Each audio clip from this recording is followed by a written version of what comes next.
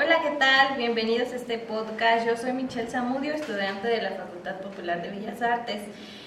Y hoy analizaremos cómo es que se vive la violencia de género en Guanajuato y en Michoacán. Para hablar de este tema nos acompaña Xiomara Béjar, estudiante también de danza aquí en la Facultad Popular de Bellas Artes en la Universidad Michoacana. Hola, ¿qué tal, Michelle? Me siento muy contenta de que hayas aceptado la invitación a asistir a este espacio. Muchas gracias por la apertura, muchas gracias por tu tiempo. Pues primero decirte que es un espacio seguro para ti, que puedes compartirnos todo lo que tú quieras, todos aquí te vamos a escuchar. Creo que es un tema que deberíamos de traer a la mesa más seguido y sobre todo que no debería quedarse solamente como un tema para podcast, ¿sabes? Un tema de la vida diaria, es un tema que los padres deberían incluso implementar con los hijos, un tema que se tiene que hablar en las escuelas, en muchos lugares, porque pues es un día a día y prácticamente vemos esta problemática pues a diario, ¿no? Entonces gracias por traerlo a la mesa y pues bueno, vamos a iniciar. Al contrario, Che, te agradezco mucho yo a ti. Bueno, me mencionabas que tu tema es la violencia de género. Sí, ¿Es sí, correcto? es correcto. Okay. Bueno, me gustaría iniciar preguntándote qué es la violencia de género o qué entendemos por violencia de género en nuestra sociedad. Qué buena pregunta me haces, compañera. Mira, la violencia de género es un tipo de violencia que se ejerce contra una persona en función de género o identidad.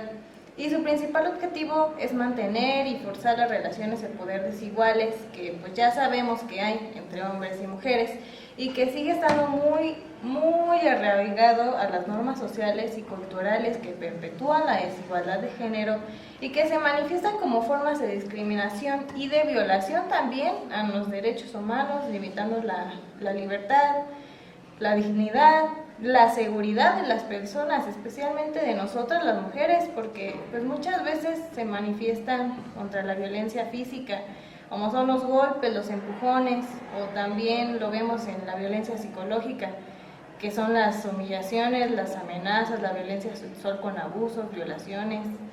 Existe también la violencia económica, que es el control del dinero y la prohibición del trabajo, o la violencia simbólica con estereotipos y mensajes culturales. Mira que es un análisis bastante interesante. Veo que también ahí habla sobre los pues momentos cotidianos donde se oculta la violencia de género, porque muchas veces como mujeres normalizamos estos comportamientos y eso hace que lo sigamos perpetuando en la sociedad como algo que está bien. Pero y entonces, ¿cuáles crees que son las frases más comunes que se usan para justificar este tipo de comportamientos que son meramente agresivos? Uy, pues existen muchísimas frases comunes que se usan de forma consciente y también inconsciente para justificar, minimizar y normalizar los comportamientos agresivos dentro de la violencia de género. Y estas expresiones reflejan una cultura muy machista y patriarcal.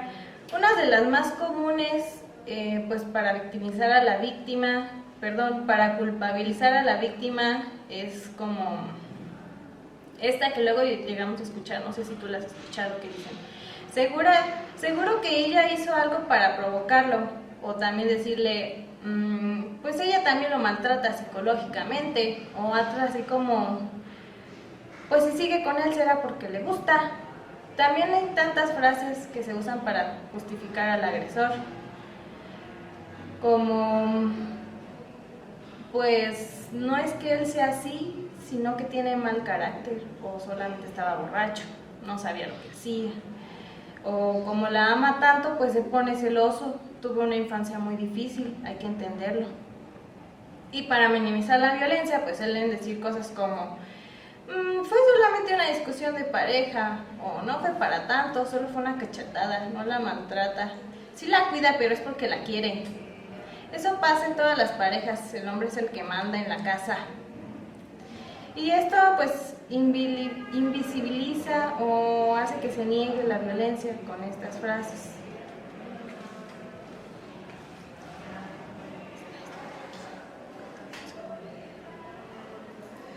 Fíjate que me ha tocado llegar a escuchar varias de esas frases en conversaciones con mis amigas y como tú lo dices, pues son bastante peligrosas. Además, yo lo que creo es que a veces estamos como muy acostumbrados a escucharlas en casa por nuestros propios papás, por ejemplo, ¿no? Entonces se normaliza tanto que ya llega un momento en el que no sabes siquiera identificar pues que está siendo violentada y como dicen por ahí, no hay un problema en alguien que no lo ve. Entonces, ¿cómo lo resuelves o cómo lo eliminas cuando ni siquiera sabes que está ahí, ¿no? Porque como te comento, yo creo que estamos acostumbradas a, pues sí, lo normalizamos día a día y me parece también muy interesante esto que tú comentas, que habla sobre la violencia económica incluso, porque a veces creo que se tiene solamente como creencia que la violencia pues es el que te golpeen, el que te digan groserías, el que te hagan sentir mal, el que te hagan llorar, pero creo que hay muchos trasfondos justamente que a veces no somos conscientes de ellos y qué bueno que estés abarcando ese tema en todas las perspectivas. ¿Tú te has topado en alguna vez, en alguna ocasión con un caso así? ¿Y cómo sientes que se vive la violencia en Guanajuato? Ay, pues fíjate que sí. Disculpa si de repente hago pausas para responderte. Recordar esto es complicado. Desafortunadamente muchas veces me ha tocado, pero la más reciente fue una que me dijeron en el autobús, en el transporte público, déjame contarte. Yo uso el servicio de autobuses muy constantemente y en una ocasión me tocó que el autobús iba lleno de gente y detrás de mí iba un señor ya de edad avanzada que incluso le costaba moverse sin su bastón. Iba en el asiento detrás de mí tocándose sus partes, se levantaba y hacía sonidos raros, feos, pero la gente pues alrededor iba dormida, entonces nadie lo vio y los pocos que lo vieron pues no hicieron nada y el camino fue de 2 horas aproximadamente, imagínate. No, fue terrible, fue muy traumático. El chofer no lo bajó del autobús, pero pues lo sentó hasta adelante y mucha gente vio eso. Pero nadie hace nada precisamente porque la violencia está muy normalizada y muchas veces preferimos callar. Qué lamentable que te hayas topado con una situación así. Y más lamentable me parece que incluso en un lugar público donde había tanta gente, pues nadie haya intervenido, ¿no? Yo creo que muchas veces tenemos como mucho este miedo también de las represalias, ¿no? Que luego pueden tener con nosotros, pero justamente siempre he sido creyente también de que si no se habla, pues sigues tú siendo parte del problema, ¿no? Verdaderamente yo creo que fue una situación bastante deleznable para ti y pues bueno, creo yo que todas las mujeres hemos tenido alguna experiencia igual o parecida a la que tú viviste y que lamentablemente pues sí es como bastante normalizado y que incluso a veces me parece tan triste que termina afectándonos una situación que otra persona ni siquiera se pone a pensar, ¿no? Como en el daño que está ocasionando.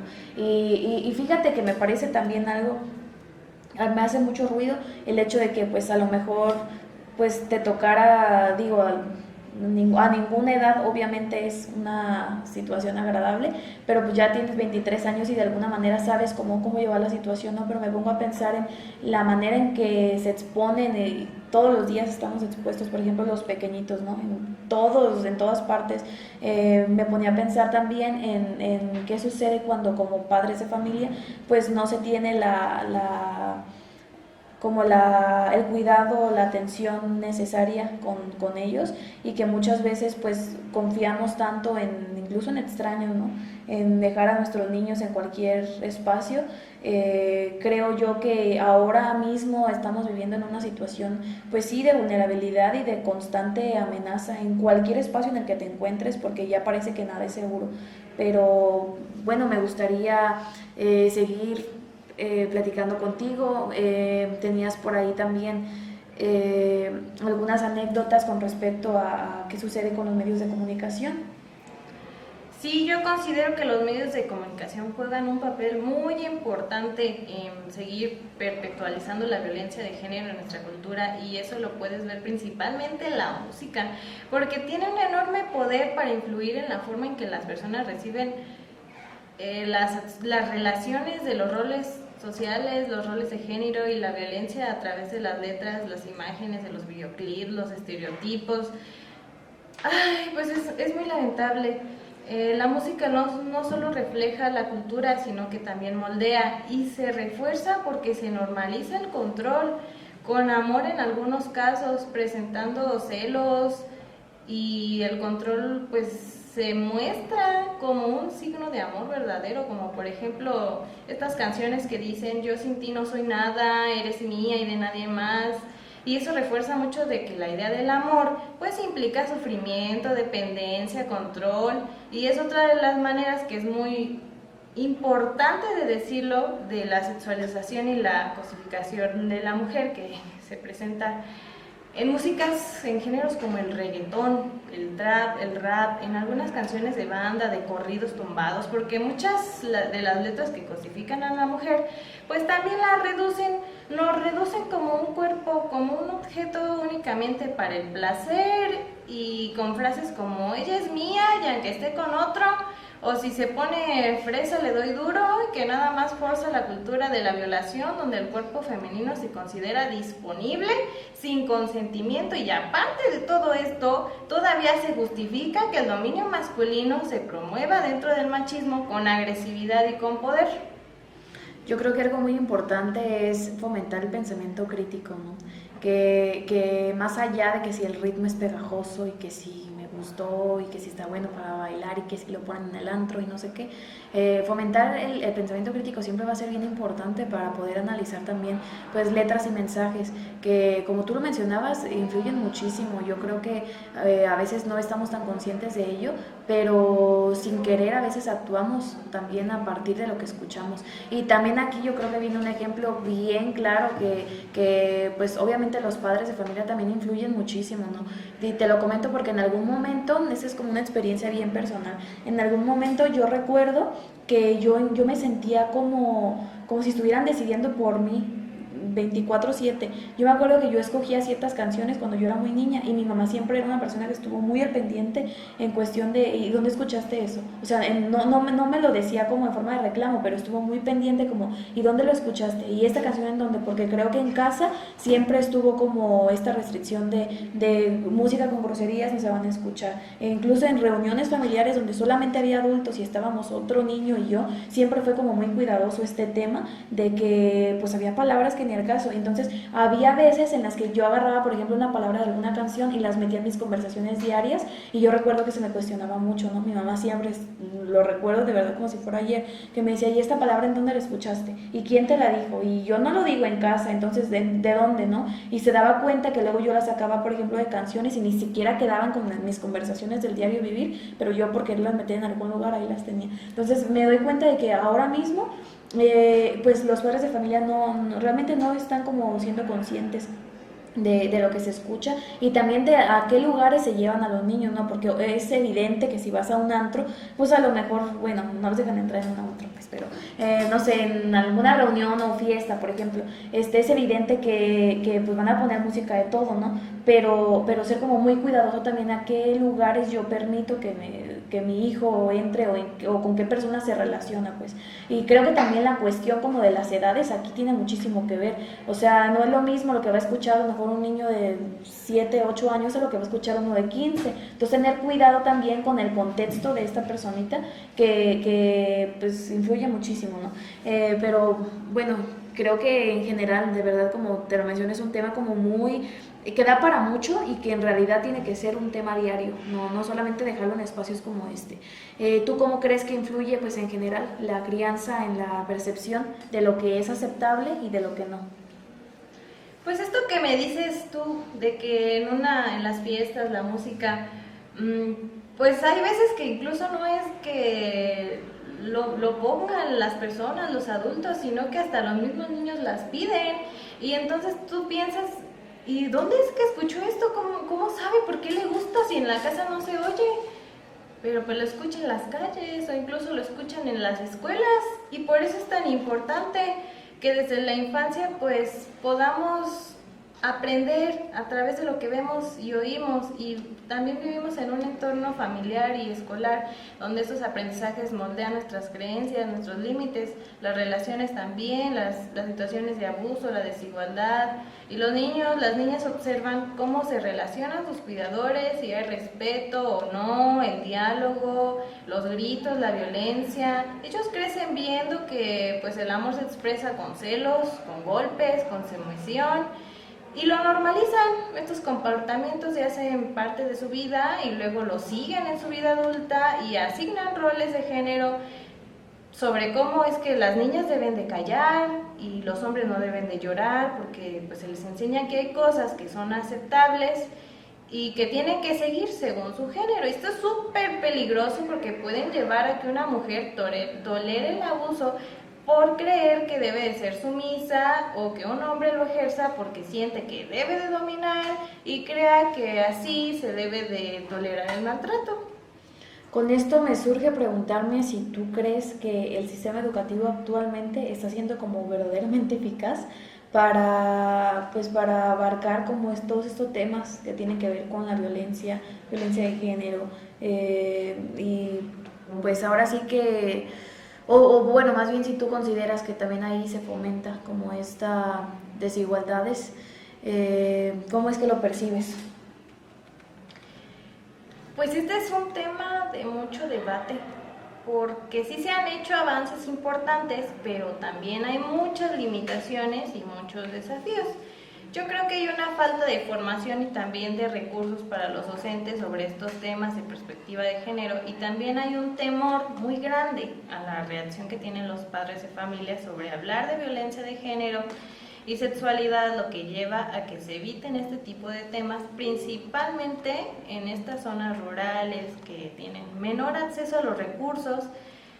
Pues la educación en género puede ser muy rezagada o incluso ausente. ¿Y qué importancia crees que tiene la presión de género sobre los hombres en su expresión de agresividad y de control?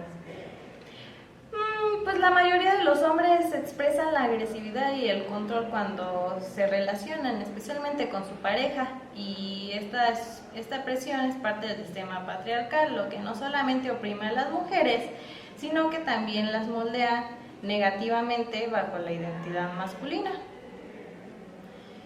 Y hablando desde mi perspectiva, pues en Guanajuato la violencia de género representa una crisis muy estructural en cuanto a feminicidios, agresiones, violencias entre familias, también dentro de lo digital, lo laboral, esto en zonas pues estadísticamente alarmantes, porque si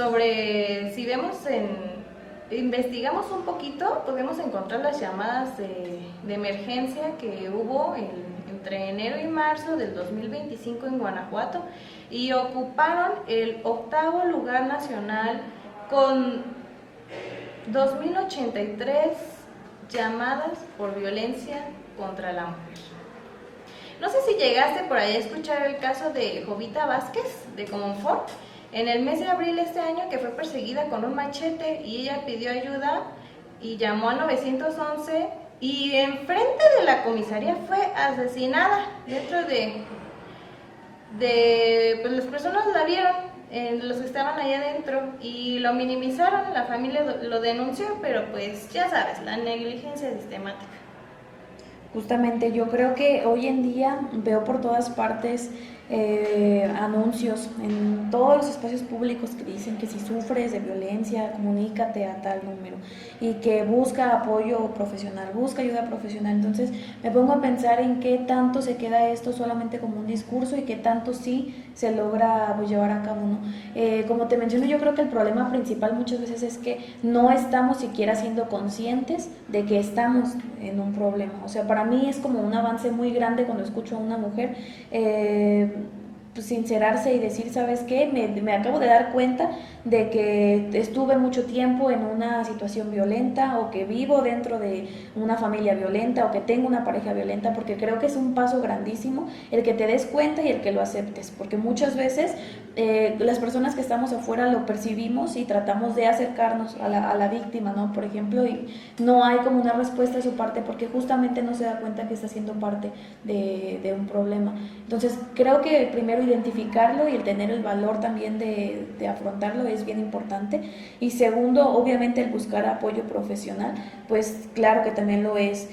Yo creo que existe, bueno, no creo, existen muchos centros de atención jurídica, de atención psicológica, que pues pueden ayudar a las víctimas a salir del problema, y aunque pues por donde nos encontramos y el contexto sociocultural y demás, es un proceso muy largo. Finalmente yo creo que obviamente se puede resolver, pero es bien importante pues darnos cuenta de que estamos expuestas todo el tiempo, ¿no?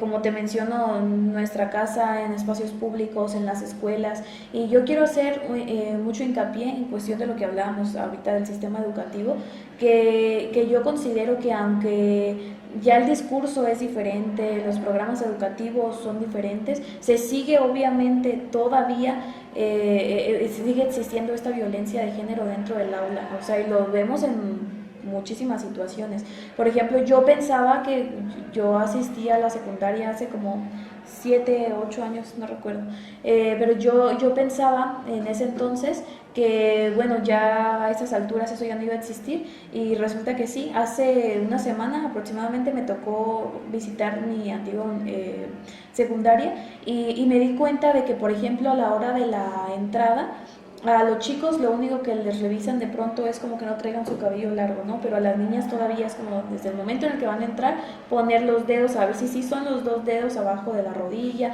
como cuestiones todavía bien marcadas, que ya no solamente se están metiendo con tu persona, sino también con tu cuerpo, con tus gustos, con tus necesidades. Entonces, pues sigue existiendo, ¿no? Sigue existiendo, y lamentablemente, aunque muchas de estas situaciones son como muy por debajo, pero bueno, existen, y es bien importante lo que tú mencionabas también, de justo el pensamiento crítico y tener la capacidad de darte cuenta cuando estás siendo violentada, y sobre todo tener la plena conciencia de que no estás exagerando en ningún momento, ¿no? O sea, que te esté incomodando y por algo, y entonces es importante pues llevar este tema a la mesa, ¿no? Y bueno, me gustaría preguntarte qué reacciones recibiste cuando empezaste a poner los límites a la violencia, en general, en cualquier lugar. Ay, es algo muy difícil, doloroso para mí todavía de hablar. A mí, por ejemplo, mis papás pues no me apoyaron a seguir con mis estudios en la adolescencia, y varias veces me corrieron de mi casa por no seguir las reglas como ellos las imponían, como supuestamente debía de ser, porque pues ya sabes lo que dicen, mi casa, mis reglas.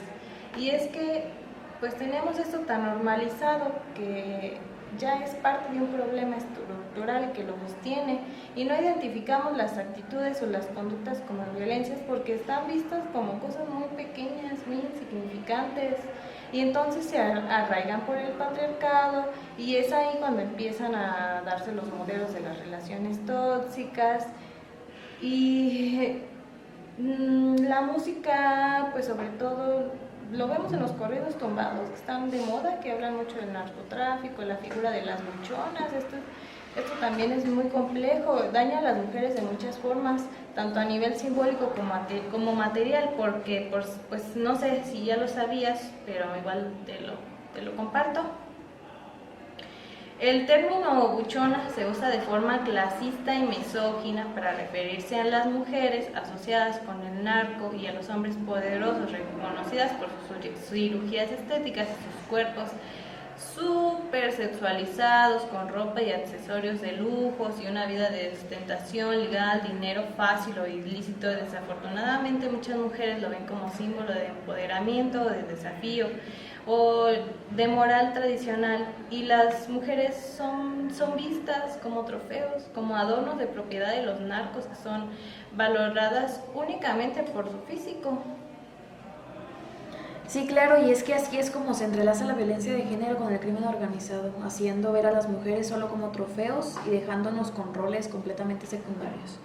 ¿Qué educación crees que necesitamos para que los niños no asocien poder con violencia y protección con miedo? Yo creo que se necesita de una educación feminista, consciente, crítica y transformadora, que rompa con los modelos tradicionales de género desde las edades tempranas, y que aparte también las habilite para hacerlas libres, fuertes y valiosas por lo que son, y no por lo que se espera que sean solamente porque nacieron como mujeres.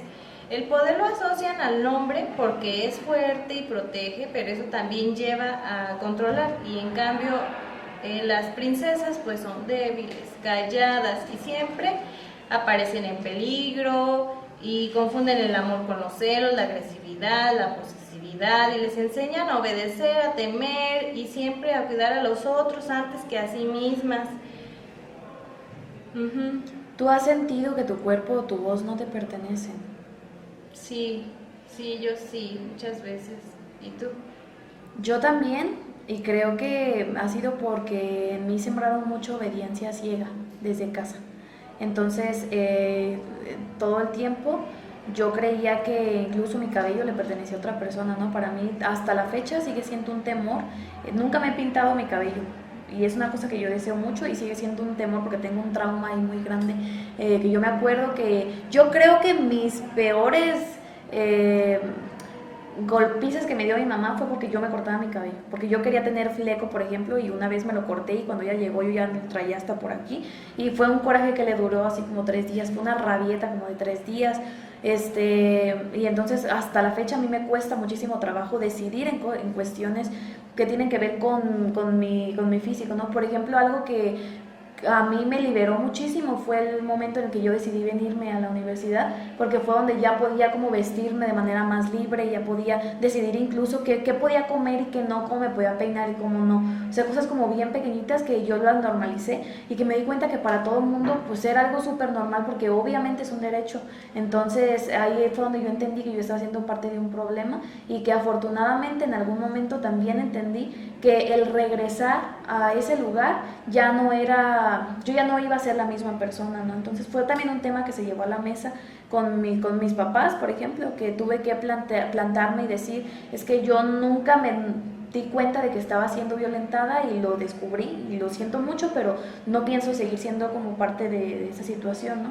Entonces son problemáticas que se tienen que abarcar y son conversaciones meramente incómodas que tienes que tener, y que bueno, gracias a eso hoy en día pues muchas cosas han cambiado, pero considero primero eso, el que tener como una educación muy clara, como muy sólida, es importante, pero en segunda, el no sembrar obediencia ciega en un niño también es importante, y no solamente obediencia en cuestión de los padres, sino en cuestión de las amistades, por ejemplo, que se tenga la capacidad de discernir entre lo que está bien, lo que está mal, lo que para ti es correcto y lo que no. Yo creo que eso es importantísimo, y también lo que mencionas de que las niñas, por ejemplo, entendamos nuestro valor y entender que no somos algo, ni un objeto, ni algo que está en venta, y sobre todo que tu dignidad, yo creo que es algo que jamás se puede comprar, que es importante empoderar, pero hablando desde la perspectiva de que tú puedes hacer lo que tú quieras con tus propios méritos, que una persona no es tu banco, no es tu patrocinador, y que finalmente eso no tiene nada que ver con el merecimiento, ¿sabes? Porque creo que hoy en día también están como muy peleadas esas dos cosas, que luego dicen, es que luego por eso se sienten inmerecedoras, porque este feminismo disfrazado y yo creo que no, al contrario, pero es todo, pues, todo un tema que luego vamos a traer otro podcast aquí a la mesa. Yo ya me emocioné.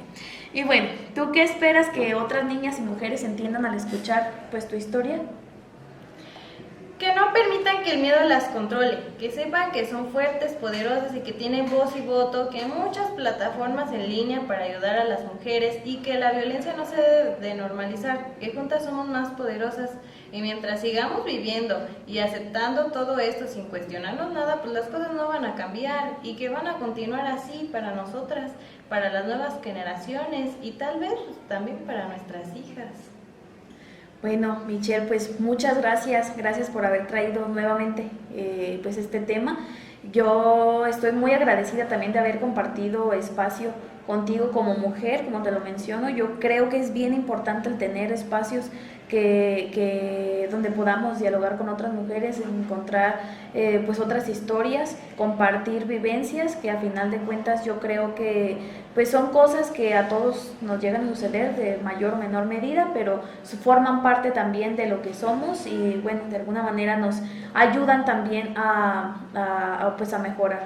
Y bueno, muchas gracias por la apertura también, la confianza y pues esperamos tener un podcast nuevamente muy pronto por aquí.